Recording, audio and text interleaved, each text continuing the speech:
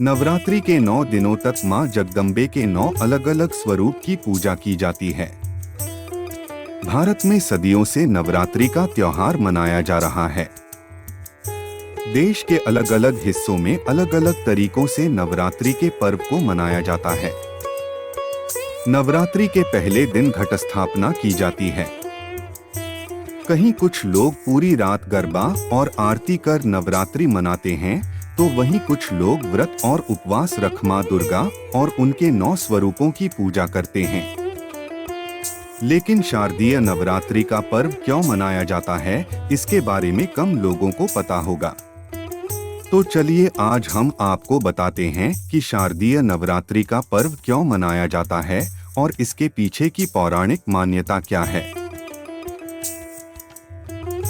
एक पौराणिक मान्यता के अनुसार महिषासुर नाम का एक दैत्य ब्रह्मा जी से अमर होने का वरदान पाकर देवताओं को सताने लगा था।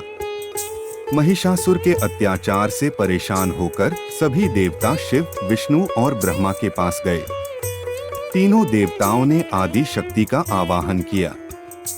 भगवान शिव और विष्णु के क्रोध व अन्य देवताओं से मुख से एक तेज प्रकट हुआ, जो नारी के रूप में बदल गया।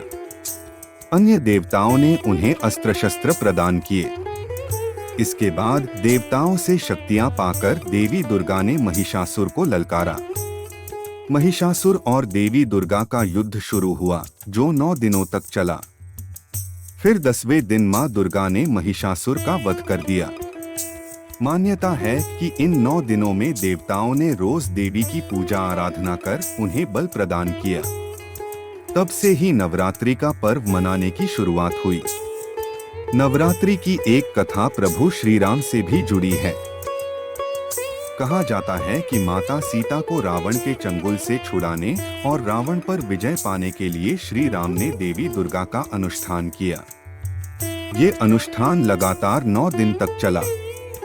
अंतिम दिन देवी ने प्रकट होकर श्री राम को विजय का आशीर्वाद दिया। 10वें दिन श्री राम ने रावण का वध कर दिया। प्रभु श्री राम ने आश्विन मास के शुक्ल पक्ष की प्रतिपदा तिथि से नवमी तक देवी की साधना कर 10वें दिन रावण का वध किया था। तभी से हर साल नवरात्रि का पर्व मनाया जाता है। आइए अब जानते हैं गरबा के बारे में। गरबा गुजरात का पारंपरिक लोक नृत्य है। धीरे धीरे इसका चलन बढ़ता गया और इसके बाद राजस्थान और फिर देश के बाकी राज्यों, यहाँ तक कि विदेशों में भी नवरात्रि के दौरान गरबा का आयोजन धूमधाम से किया जाता है। गरबा सौभाग्य का प्रतीक माना जाता है। डांडिया, ताली, मंजीरा आदि कई चीजें बजाकर गरबा करने का चलन है। 9 दिन देवी के समक्ष गरबा किया जाता है। यह तो आप सबको पता ही है कि गरबा के जरिए भक्त अम्बे मां को प्रसन्न करने की कोशिश करते हैं। दरअसल गरबा शब्द संस्कृत नाम गर्भदीप से बना है। गरबा के आरंभ में देवी के निकट छेद वाले कच्ची मिट्टी के घड़े को फूलों से सजाकर उसमें दीपक स्थापित किया जाता है। इस दीप को ही दीपगर्भ या गर्भदीप कहा जाता है। गर्भदीप स्त्री की सृजन शक्ति का प्रतीक है।